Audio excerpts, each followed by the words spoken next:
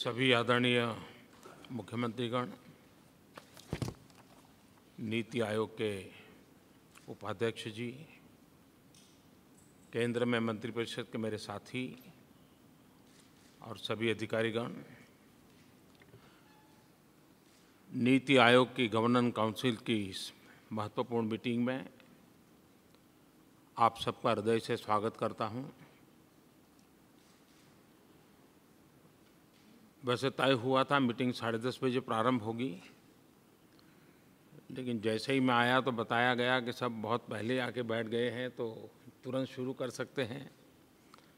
तो मैंने कहा ठीक है, तो समय से हम 15 मिनट पहले आज काम प्रारंभ कर रहे हैं, एक अच्छी निशानी है।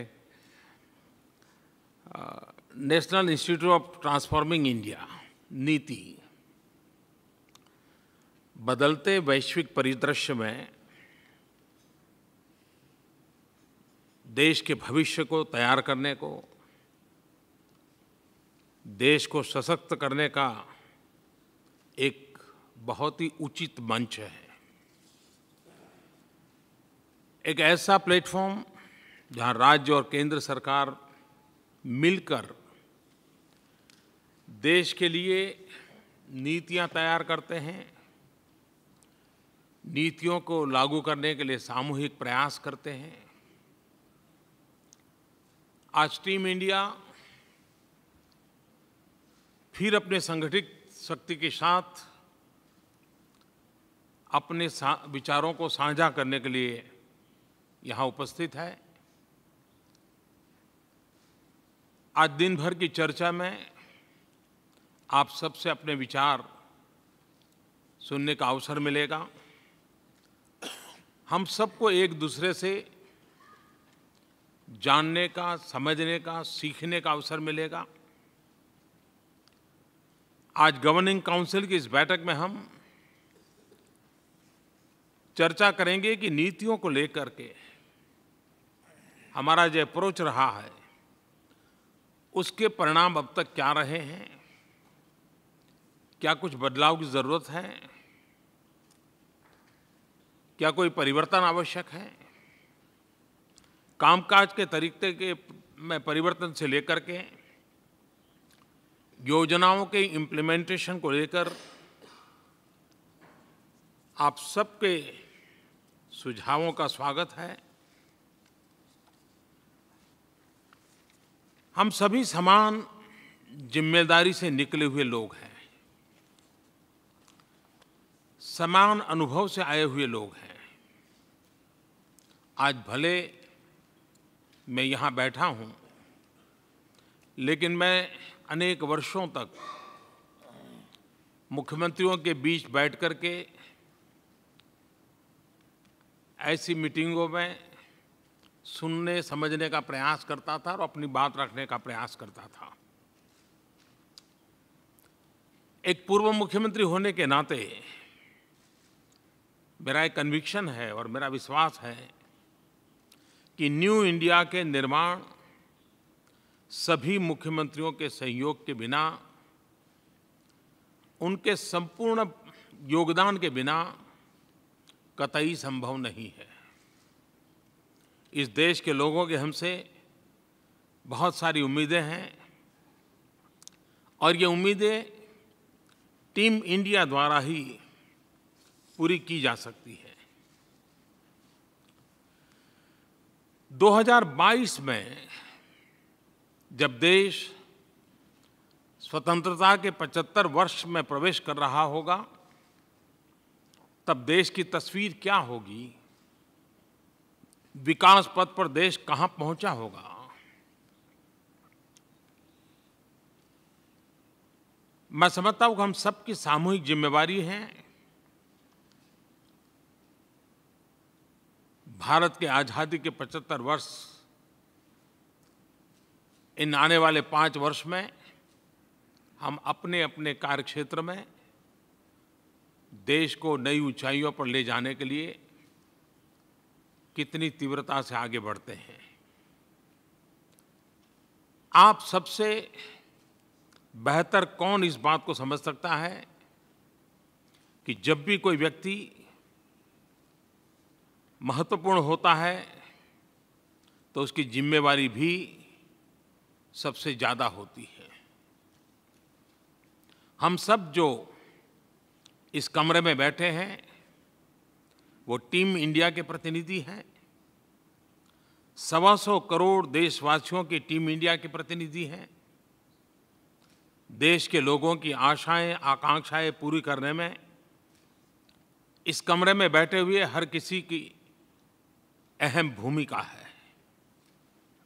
महात्मा गांधी कहा करते थे, सर्वोच्च आकांक्षाएं रखने वाले किसी व्यक्ति को अपने विकास के लिए जो कुछ चाहिए वह सब उसे भारत में मिल सकता है। आज जब इस वर्ष हम चंपारण सत्याग्रह के 100 वर्ष मना रहे हैं तो उनकी ये बात और भी प्रासंगिक है कि हम अपनी अर्थव्यवस्थाओं को, अपनी व्यवस्थाओं को ऐसी बना सकते हैं, बना रहे हैं जो देश के साधारण मानवी की सर्वोच्च आकांक्षाओं को पूरा कर सके। क्या हम इस दिशा में तेजी से बढ़ सकते हैं? मेरा मानना है कि इस दिशा में नीति आयोग एक बड़ा कदम है। नीति आयोग को काम करते हुए अब 2 वर्ष से ज़्यादा समय हो रहा है। इन 2 वर्षों में नीति आयोग ने अपने नीति बनाने से लेकर लक्ष्यों को तय करने और उन्हें पूरा करने के लिए एक सकारात्मक प्रयास शुरू किए हैं।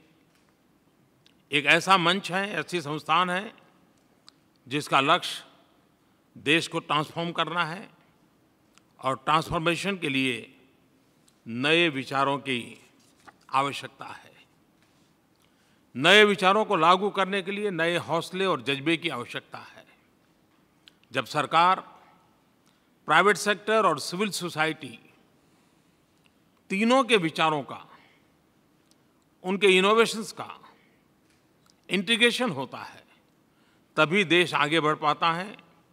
इसके लिए हमें नई कार्य संस्कृति अपनानी पड़ती है। नीति आयोग की विशेष बात यह है कि उसकी ऊर्जा का केंद्र, उसकी ताकत नए विचार हैं। आपने खुद पिछले 2 वर्षों में देखा होगा कि आपको अपनी योजनाओं की स्वीकृति के लिए या बजट आवंटन के लिए नीति आयोग नहीं आना पड़ा है। नीति आयोग का आधार एडमिनिस्ट्रेटिव और फाइनेंशियल कंट्रोल नहीं है। नीति आयोग का आधार उसके विचारों की बहुमूल्यता है और विचारों का आदान प्रदान है।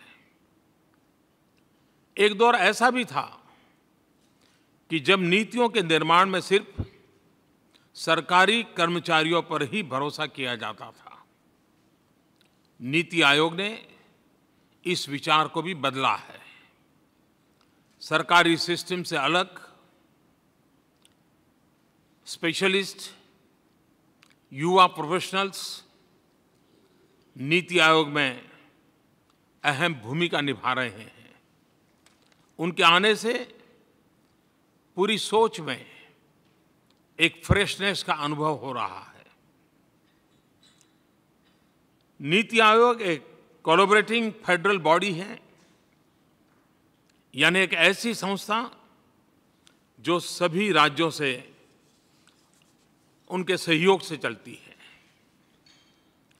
जैसे केंद्र सरकार कई विषयों पर राज्य को सलाह देती है, वैसे ही राज्य भी केंद्र को कई विषयों पर अपनी सलाह दे सकते हैं। बहुत से राज्यों में ऐसी योजनाएं चलती हैं जो सीधे सीधे दूसरे राज्यों में अपनाई जा सकती हैं।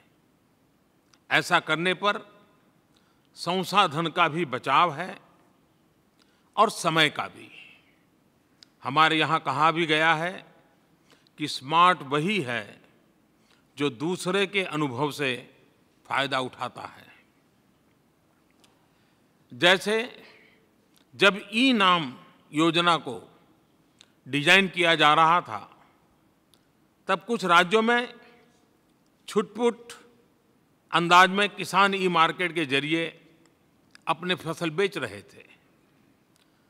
उसका फायदा इस योजना को बनाते वक्त उठाया गया।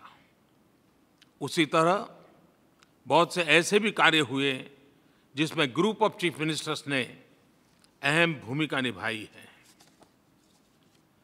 आप सभी को मालूम है कि 14वें वित्त आयोग ने सेंट्रली स्पॉन्सर्ड स्कीम्स को कम या खत्म कर देने के लिए कहा था। वित्त आयोग ने ऐसा इसलिए कहा था क्योंकि उसने राज्यों को केंद्रीय टैक्सों में ज़्यादा हिस्सेदारी का प्रस्ताव दिया था। तर्क ये था कि जब राज्यों को ज़्यादा राशि मिल रही है तो सेंट्रली स्पॉन्सर्ड स्कीम की आवश्यकता क्या है। राज्य सरकारें अपनी प्रायोरिटी से इस पैसों को खर्च करें।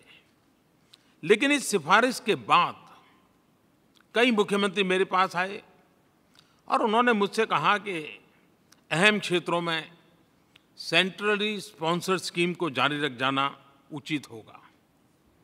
उनकी बातों पर विचार के लिए नीति आयोग ने मुख्यमंत्रियों का एक सब ग्रुप बनाया था। साथियों, देश में ऐसा पहली बार हुआ जब सेंट्रली स्पॉन्सर्ड स्कीम को जारी रखा जाए या नहीं, इस योजनाओं में केंद्र की कितनी हिस्सेदारी हो, ये तय करने की जिम्मेदारी राज्य सरकारों के कुछ मुख्यमंत्रियों के सब ग्रुप को दी गई। और इन सभी सब ग्रुप के साथियों ने सभी राज्यों के साथ सलाह मशवरा करके केंद्र सरकार को दिशा निर्देश दिया। मुख्यमंत्रियों के सब ग्रुप ने जब अपनी रिपोर्ट दी, सेंट्रली स्पॉन्सर्ड स्कीम को लेकर अपने सुझाव दिए, तो तमाम आर्थिक परेशानियों के बावजूद केंद्र सरकार ने उन सभी सिफारिशों को स्वीकार किया और उन्हें तुरंत लागू भी किया। आपको ये जानकर के खुशी होगी कि पिछले 2 सालों में केंद्र और राज्यों की दो जाने वाली कुल वित्तीय सहायता में, जो केंद्र से राज्य को दी जाने वाली सहायता है, 40% की बढ़ोतरी हुई है, 40% इंक्रीज हुआ है। 2014-15 में जहां राज्यों को केंद्र के हिस्से से 6,70,000 करोड़ रुपये मिलते थे, वहीं 2016-17 में ये बढ़कर 9,60,000 करोड़ रुपये पहुंच गया है। इसमें एक और विशेष बात देखने को मिलती है। पहले केंद्र की तरफ से अगर 100 रुपये मिलते थे तो उसमें से 40 रुपये राज्य सरकार को सेंट्रली स्पॉन्सर्ड स्कीम पर ही खर्च करना होता था। यानी 40 रुपये टाइट फंड से, बाकी 60 रुपये ही राज्य सरकार अपनी मर्जी से खर्च कर सकती थी। अब 2 सालों के बाद राज्यों को जहां 100 रुपये की जगह 140 रुपये मिले, वहीं 140 रुपये में उन्हें केवल 35 रुपये ही सेंट्रली स्पॉन्सर्ड स्कीम पर खर्च करना है।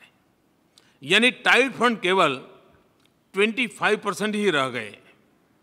अब 75% यानी दिए गए 140 रुपये में राज्य सरकार को 105 रुपये अपनी मर्जी से अपनी योजनाओं पर खर्च करने के लिए स्वतंत्र है।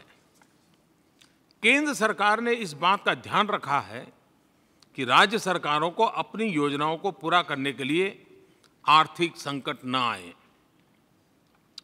3 साल पहले देश में स्टॉल वर्षों से लंबित प्रोजेक्ट्स की संख्या काफी अधिक थी। 8 से 9 लाख करोड़ रुपए के प्रोजेक्ट्स को राज्य सरकार के अधिकारियों के साथ बैठकर प्रगति के माध्यम से सुलझाया गया। नेशनल हाईवेज और रेलवेज के क्षेत्र में योजनाओं को सैंक्शन देके वर्क अवार्ड करने के क्रियान्वयन में काफ़ी तेजी लाई गई। 2 सालों में नेशनल हाईवेज के निर्माण में लगभग 80% वृद्धि हुई। रेलवेज के कैपिटल बजट में 2 गुने से ज़्यादा की वृद्धि की गई। यह सब देश में इन्वेस्टमेंट को बढ़ावा देने, रोजगार को बढ़ाने के नज़रिए से किया गया और ये सफलता राज्य सरकारों को ज़्यादा वित्तीय सहायता देने के बावजूद प्राप्त की गई। मेरा आप सभी राज्यों से अनुरोध है कि आप भी कैपिटल एक्सपेंडिचर पर, इंफ्रास्ट्रक्चर क्रिएशन पर बल दें। इस देश के विकास की गति को और बल मिलेगा। इसके अलावा स्वच्छ भारत मिशन हो, स्किल डेवलपमेंट, डिजिटल पेमेंट हो, इन सभी पर राज्यों ने केंद्र सरकार को नीति निर्धारण में मदद दी है। अब भी बीते 4 महीनों में नीति आयोग ने राज्य सरकारों की मदद से देश भर में 100 डिजिधन मेलों का भी आयोजन किया है। कई राज्यों के मुख्यमंत्रियों ने भी इन मेलों में खुद हिस्सा लिया, लोगों को डिजिटल लेन-देन और कम कैश अर्थव्यवस्था के प्रति जागरूक किया। डिजिटल पेमेंट पर मुख्यमंत्रियों की कमेटी ने कई महत्वपूर्ण सिफारिशें भी की, जिन्हें अमल में लाया जा रहा है। हम सभी एक लक्ष्य को लेकर काम कर रहे हैं। यह लक्ष्य है देश का विकास, भारत का विकास। हम सभी ने अपनी जिंदगी देश के लिए खपा देने का प्रण लिया है। हमारी विचारधाराएं अलग-अलग हो सकती हैं, लेकिन उद्देश्य एक ही है, देश के सामान्य मानवी की जिंदगी को सरल बनाना, उसकी आशा आकांक्षाओं को पूरा करना। अगर कोई सरकार ये सोचे कि वो सब कुछ अकेले ही कर लेगी तो गलत होगा। सबके साथ से, सबके प्रयास से ही सबका विकास संभव होगा। जब मैं दिल्ली में यहाँ प्रगति की बैठकों में अटके हुए प्रोजेक्टों की समीक्षा करता हूँ, तो वो प्रोजेक्ट किसी न किसी राज्य में ही चल रहे होते हैं। दशकों से अटके हुए इंफ्रास्ट्रक्चर के प्रोजेक्ट पर जब फिर से काम शुरू होता है, काम पूरा होता है, तो उसका सीधा सीधा फायदा राज्यों को ही होता है। जब सड़क बनती हैं, जब पुल बनते हैं, जब रेलवे लाइनें बिछती हैं, तो राज्यों को ही इसका लाभ मिलता है। मुझे खुशी है कि अब राज्यों से भी कई बार कहा जाता है कि प्रगति की बैठक में हमारे राज्य के प्रोजेक्ट की समीक्षा कर ली जाए। जब एक साथ सारे विभागों के अफसर बैठते हैं, मैं खुद उनसे सवाल जवाब करता हूं, तो समस्या का हल भी जल्दी निकलता है।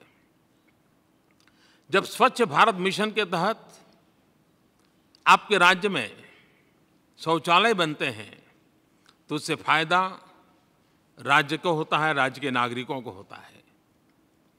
स्वच्छता का सीधा संबंध स्वास्थ्य से है। कई राज्यों में देखा गया है कि जहां पर स्वच्छ भारत मिशन के तहत अच्छा काम हुआ है, वहां पर गंदगी से होने वाली बीमारियों में कमी आई है। इसी तरह किसी पर्यटन स्थल पर सफाई बढ़ने से, गंदगी का ढेर हटने से फायदा वहाँ के टूरिज्म को, वहाँ के अर्थव्यवस्था को, वहाँ के नागरिकों को मिला है। जब किसी इलाके में लोग जनधन योजना के तहत बैंकिंग व्यवस्था से जुड़ते हैं, तो वहाँ का पूरा आर्थिक सिस्टम बदलता है। राज्य सरकारों को भी अपनी सब्सिडी सीधे उनके खाते में ट्रांसफ़र करने का एक प्लेटफॉर्म उपलब्ध होता है। जब किसी गांव तक ऑप्टिकल फाइबर पहुंचता है, तो इसका फ़ायदा सिर्फ ये नहीं है कि वहाँ इंटरनेट पहुंच गया, ये पूरे गांव के आर्थिक इकोसिस्टम में बदलाव लाता है। ऐसे कितने ही उदाहरण हैं, कितनी ही योजनाएं हैं, चाहे हम कुर्सी के इस ओर बैठे हो या फिर दूसरी तरफ, हम सभी का लक्ष्य तो देश के गरीब, शोषित, पीड़ित, वंचित को सशक्त करना ही है। इसके लिए मिलकर इस टीम इंडिया को अपनी ताकत झोंकनी होगी। देश को आर्थिक और सामाजिक रूप से मजबूत करने के लिए काम करना होगा। बीते दिनों में आर्थिक सुधार से जुड़े कई फैसले लिए गए हैं। इस वर्ष आपने देखा कि वित्तीय प्रबंधन की लोकतांत्रिक प्रक्रिया में एक बेहद महत्वपूर्ण परंपरा की शुरुआत हुई है। इस वर्ष बजट से जुड़ी सभी प्रक्रियाओं, या तो खर्चों से जुड़ी हो या फिर टैक्स से जुड़ी हो, सभी को पूरा 1 अप्रैल से पहले पूरा कर दिया गया है।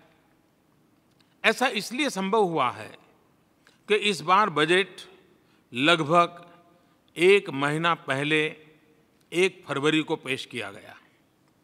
बजट पेश होने के बाद उस पर विस्तृत चर्चा हुई और अगला वित्तीय वर्ष शुरू होने से पहले एप्रोप्रिएशन बिल और फाइनेंस बिल पास हो गए। जबकि पहले होता ये था कि बजट पास होते होते मई का आखिरी कालखंड आ जाता था, तब तक वाटर अकाउंट के सहारे काम चलता रहता था। इस दौरान केंद्र सरकार की योजनाओं और उनके इम्प्लीमेंटेशन का लटके रहना बहुत स्वाभाविक था। जब बजट को मंजूरी मिलती थी, उसके बाद मंत्रालय अलग अलग विभागों को अलग अलग योजनाओं के लिए एजेंसियों और राज्यों को बजट आवंटन करती थी। ऐसे में जिस समय योजनाओं पर सबसे ज़्यादा तेजी से काम किए जाने की आवश्यकता होती थी, उसी समय वो ठंडे बस्ते में पड़ी रहती थी। इसके बाद योजनाओं को पैसा जमीन तक पहुंचते पहुंचते मानसून आ जाता था। मानसून में जमीन पर कितना काम हो पाता है, ये आप सभी को पता है। यानी कुल मिलाकर बजट पेश होने से लेकर मानसून खत्म होने तक के 5-6 महीने बेकार हो जाते थे, विकास के काम ठप हो जाते थे। इसके बाद योजनाओं पर काम शुरू होता था। जब योजनाएं थोड़ी रफ्तार पकड़ती थी, तब फिर अगले वित्तीय वर्ष की समाप्ति और अगले वित्तीय वर्ष का समय आ जाता था। फाइनल क्वार्टर में फिर भागदौड़ शुरू होती थी कि ज़्यादा से ज़्यादा खर्च कर लिया जाए। इसके भी कई तरह के खेल चलते हैं जिससे आप भली भांति परिचित हैं। अक्सर जब पूरा पैसा खर्च नहीं होता था तो उसे कभी-कभी सरेंडर भी करना पड़ता था। अब ये सब बीते दिनों की बात होने जा रही है। वित्तीय वर्ष की शुरुआत में ही बजट को पास करके ये सुनिश्चित किया गया है कि योजनाओं के लिए तय राशि शुरुआत से ही मिले और फिर उन पर सही तरीके से पूरे साल काम हो। साथियों, सरकार के इस प्रयास का राज्यों को भी काफ़ी फायदा हुआ है। राज्यों की इस बार पहले से पता चल गया है कि सेंट्रल टैक्स और केंद्रीय योजनाओं में हिस्सेदारी के तौर पर उन्हें कितनी राशि मिलने वाली है। ये तस्वीर साफ होने से राज्यों को भी अपना बजट बनाने और अपनी योजनाओं को लागू करने में मदद मिलती है। इस वर्ष एक और बड़ा आर्थिक सुधार प्लान और नॉन प्लान स्कीमों के बीच भेद को खत्म करने के लिए किया गया है। वैसे इसका सुझाव 2011 में रंगराजन कमेटी ने दिया था। कमेटी ने अपनी रिपोर्ट में विस्तार से समझाया था कि प्लान और नॉन प्लान की वजह से अर्थव्यवस्था को कितना नुकसान होता है। दरअसल कौन सी चीज प्लान हो या कौन सी चीज नॉन प्लान हो, यह तय करने का कोई बहुत स्पष्ट तरीका नहीं था। कई बार बच्चों में पोषण से जुड़ी योजनाओं और उनकी स्कॉलरशिप को नॉन प्लान में रखा जाता था। जन कल्याण से जुड़ी योजनाओं को भी नॉन प्लान मान लिया जाता था। रंगराजन कमेटी ने साफ कहा था कि जो व्यवस्था चली आ रही है उसे खत्म कर देना चाहिए। रंगराजन कमेटी की सिफारिश को स्वीकार करते हुए अब इस वर्ष से नई आर्थिक व्यवस्था की शुरुआत की गई है। अब उन खर्चों पर सरकार का ज़्यादा जोर होगा जो विकास से जुड़े हुए हैं, जन कल्याण से जुड़े हुए हैं। जो खर्चे प्रशासनिक मद में आते हैं उन पर जोर कम दिया जाएगा। ये बदलाव करते समय इस बात का विशेष ध्यान रखा गया है कि शेड्यूल कास्ट और शेड्यूल ट्राइब्स से जुड़ी योजनाओं के बजट आवंटन में और वृद्धि की जाए। इस वजह से जहां 2014-15 में शेड्यूल कास्ट के लिए 30,604 करोड़ का बजट आवंटन हुआ था, वहीं इस वर्ष के बजट में उनके लिए 52,393 करोड़ रुपए आवंटित किए गए हैं। इसी तरह वर्ष 2014-15 में शेड्यूल ट्राइब्स के लिए 21,216 करोड़ रुपए आवंटित हुए थे। अब इस वर्ष ये बढ़कर 31,920 करोड़ रुपए हो गए हैं। साथियों, गुड्स एंड सर्विस टैक्स यानी जीएसटी का पास होना भी इस देश के संघीय ढांचे की मजबूत इच्छा शक्ति का प्रतीक है। एक ऐतिहासिक आर्थिक सुधार है। इसका श्रेय देश की संसद और देश के सभी मुख्यमंत्रियों को जाता है। अलग अलग राजनीतिक विचारधारा होने के बावजूद जिस तरह हम देश के विकास के लिए एक कॉमन प्लेटफॉर्म पर आए हैं, वो बहुत ही सकारात्मक कदम है। आज इस अवसर पर मैं इस ऐतिहासिक बदलाव में आपके योगदान के लिए आपका आभार व्यक्त करता हूं।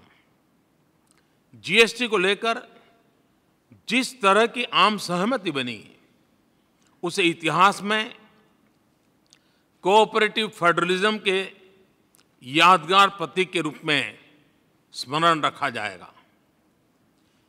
यह एक यूनिक केस है जहां पॉलिसी को ड्राफ्ट करने से लेकर के कानून बनने तक केंद्र और राज्य सरकारों ने मिलकर के काम किया। जीएसटी के ड्राफ्ट में राज्यों से मिले कई सुझावों को शामिल किया गया। ये वास्तव में एक राष्ट्रीय उपलब्धि है जिसका हम सब गर्व कर सकते हैं। जीएसटी एक ब्रॉड बेस्ड ट्रांसपेरेंट सिस्टम है। ये भारत के संतुलित विकास के लिए आवश्यक है।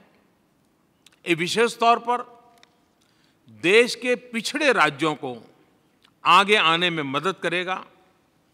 जो राज्य पहले से विकास के मापदंडों में आगे चल रहे हैं, उन्हें शुरुआत में थोड़ी कठिनाई होगी, लेकिन जब पिछड़े राज्य आगे बढ़ेंगे तो उनका भी बोझ कम होगा। वरना पहले आगे बढ़े हुए राज्यों का जोर पिछड़े राज्यों को खींचने में ही निकल जाता था। इसलिए अगले 10 वर्ष बहुत ही सुनहरा मौका है जीएसटी का ज़्यादा से ज़्यादा फायदा उठाने के लिए। मेरा राज्यों से आग्रह है कि जीएसटी लागू करने के लिए अच्छी टीम बनाएं, अच्छे अफसर तैनात करें। इसे सही तरीके से लागू करने के लिए मजबूत सिस्टम तैयार करें। आप देखिएगा कि कैसे राज्यों को कम समय में ज़्यादा फायदा मिल रहा है। अभी यहाँ पर जीएसटी पर एक प्रेजेंटेशन भी दिया जाएगा, जिसमें और भी बातें विस्तार से समझाई जाएगी। आपकी कुछ आशंकाएं अगर बची हैं तो उनका भी समाधान हो जाएगा। आप याद करिए, जब वैट आया था तब भी तो कई राज्यों को उसके शॉर्टफॉल को लेकर चिंता थी। तब कुछ राज्य इससे जुड़े नहीं, लेकिन बाद में सबने देखा कि इससे लाभ हो रहा है। इसी तरह मुझे उम्मीद है जीएसटी को लेकर भी अगर कुछ राज्यों में अब भी संदेह है तो वो भी समय के साथ दूर हो जाएगा। जीएसटी सिर्फ वन नेशन वन टैक्स ही नहीं है, सिर्फ वन नेशन वन गेन भी नहीं है, बल्कि ये वन नेशन वन एस्पिरेशन और वन नेशन वन डिटर्मिनेशन का भी प्रतीक है। साथियों, परिवर्तन संसार का नियम है। बदलते युग के साथ हमारी व्यवस्थाओं का बदलना भी आवश्यक है। जैसे एक चर्चा बीते दिनों शुरू हुई है देश में एक साथ चुनाव की। राष्ट्रपति जी ने भी इसका समर्थन किया है। देश के भविष्य से जुड़ी इस चर्चा को और आगे बढ़ाए जाने की ज़रूरत है। केंद्र और राज्यों के चुनाव एक साथ कैसे हो, केंद्र, राज्य और स्थानीय स्वराज्य संस्थाओं के चुनाव एक ही समय में कम से कम कालखंड में कैसे पूर्ण हो जाएं, इस पर गहन चिंतन करके हमने नतीजे पर पहुंचने की समय की मांग है। नीति आयोग ने भी भविष्य की हमारी चुनौतियों को समझने के लिए, उनके लिए नीतियां बनाने के लिए सामूहिक प्रयास शुरू किया है। अब से कुछ देर में जो प्रेजेंटेशन होंगे उनमें इसे विस्तार से आपके सामने प्रस्तुत किया जाएगा। हमारा देश आज विश्व का सबसे युवा देश है। इस युवा देश की एस्पिरेशंस को ध्यान में रखते हुए, उसकी ऊर्जा को ध्यान में रखते हुए हमें उसके लिए नए मार्ग बनाने होंगे, नए अवसर खोजने होंगे। इसलिए नीति आयोग में एक नई अप्रोच के साथ अगले 15 वर्षों की योजनाओं का एक खाका तैयार किया जा रहा है। इनमें देश के लिए लॉन्ग टर्म विजन समाहित होगा। इसी तरह अगले 7 वर्ष के लिए मिड टर्म नेशनल एजेंडा को ध्यान में रखते हुए भी लक्ष्य तय किए जा रहे हैं।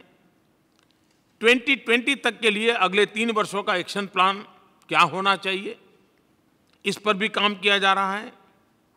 देश के इतिहास में ये भी अपनी तरह का पहला प्रयास है जहां 3 वर्ष से लेकर के 15 वर्ष तक के लिए रणनीति बनाई जा रही है।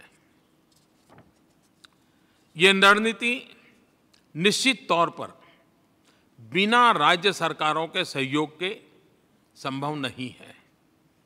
आखिर केंद्र में जो योजनाएं बनती हैं उनकी आखिरी परिणति तो राज्य की ही जमीन पर नजर आती है।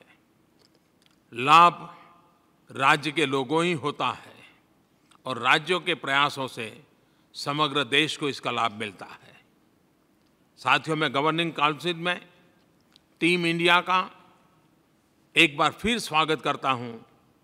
मुझे उम्मीद है कि अगले कुछ घंटे नए विचारों, नए संकल्पों के निर्माण में बहुत महत्वपूर्ण साबित होंगे। बहुत बहुत धन्यवाद।